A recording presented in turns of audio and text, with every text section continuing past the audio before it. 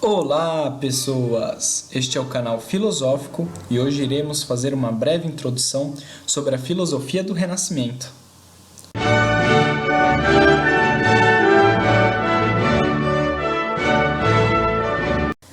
A filosofia do Renascimento foi o período da história da filosofia na Europa que está situado entre a Idade Média e o Iluminismo.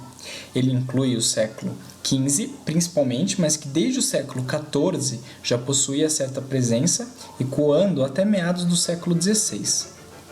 Entre os elementos distintivos da filosofia do Renascimento estão a criação de uma educação e civilização clássica e o retorno parcial à autoridade de Platão sobre Aristóteles, em que este dominou toda a filosofia medieval praticamente.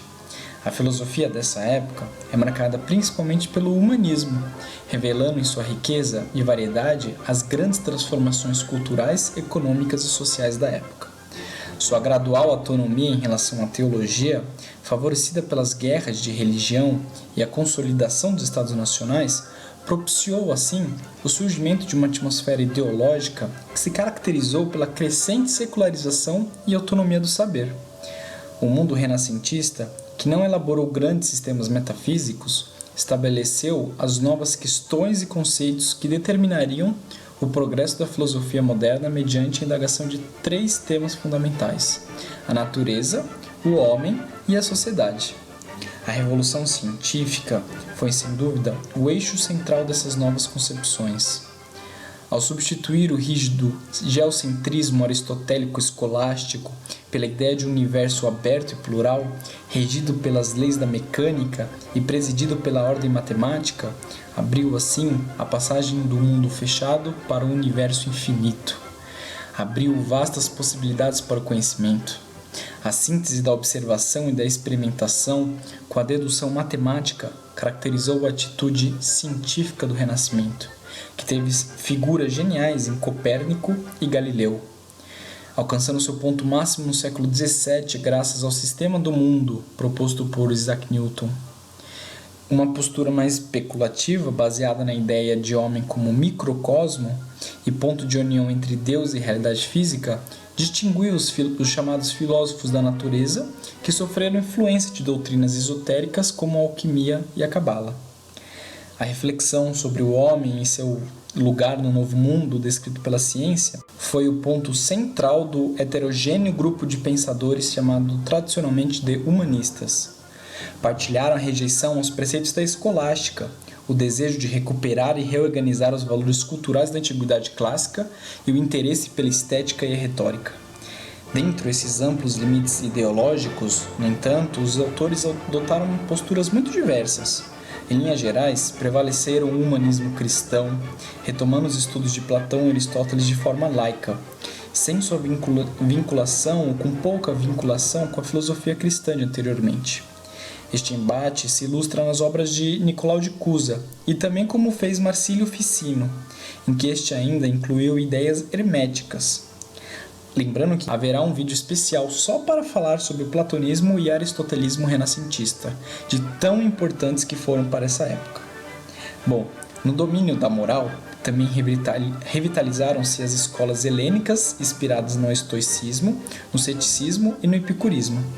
Dentre os humanistas podemos citar Francisco Petrarca, Coluccio Salutati, Leon Battista Alberti e Lourenço Valla. Destes, o mais importante foi Petrarca, considerado pai do humanismo.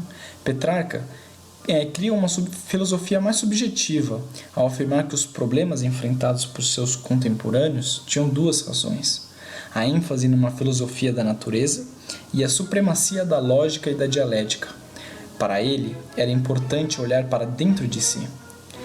Dentro desse contexto, também podemos enquadrar a filosofia política, já que no Renascimento ela tornou-se uma expressão do humanismo, ou seja, uma tentativa de ver a política fora da esfera da igreja e mais voltada para a vida prática do homem, como é hoje, uma ciência política.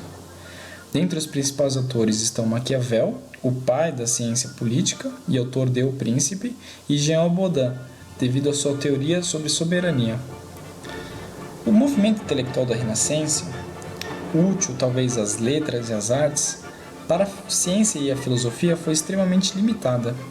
Apesar do florescimento artístico, o período inicial da Renascença é geralmente visto como um momento de estagnação nas ciências.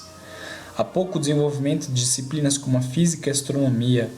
O apego aos escritos antigos tornam as visões ptolomaica e aristotélica do universo ainda mais enraizadas. Em contraste com a escolástica, que supunha uma ordem racional da natureza, na qual o intelecto poderia penetrar. O chamado naturalismo renascentista passava a ver o universo como uma criação espiritual opaca à racionalidade, e que só poderia ser compreendida pela experiência direta. Ao mesmo tempo, a filosofia perdeu muito do seu rigor quando as regras da lógica passaram a ser vistas como secundárias ante a intuição ou a emoção. No fim do século XVI, o estado deplorável a que por toda parte chegara a especulação filosófica clamava insistentemente por uma reforma por originalidade e autonomia, que somente ocorreu devido a uma quebra do status quo da época, sobretudo ao monopólio de poder da Igreja Católica. Assim, no campo dos estudos experimentais, Copérnico, Kepler, Newton, Torricelli e, sobretudo, Galileu enveredaram a ciência pelo seu verdadeiro caminho. No campo especulativo, Francis Bacon e Descartes, posto com orientação diferente, inauguraram uma nova época da história da filosofia. Mas essa fascinante história só continuará nos próximos vídeos. Este vídeo aqui está ficando por aqui.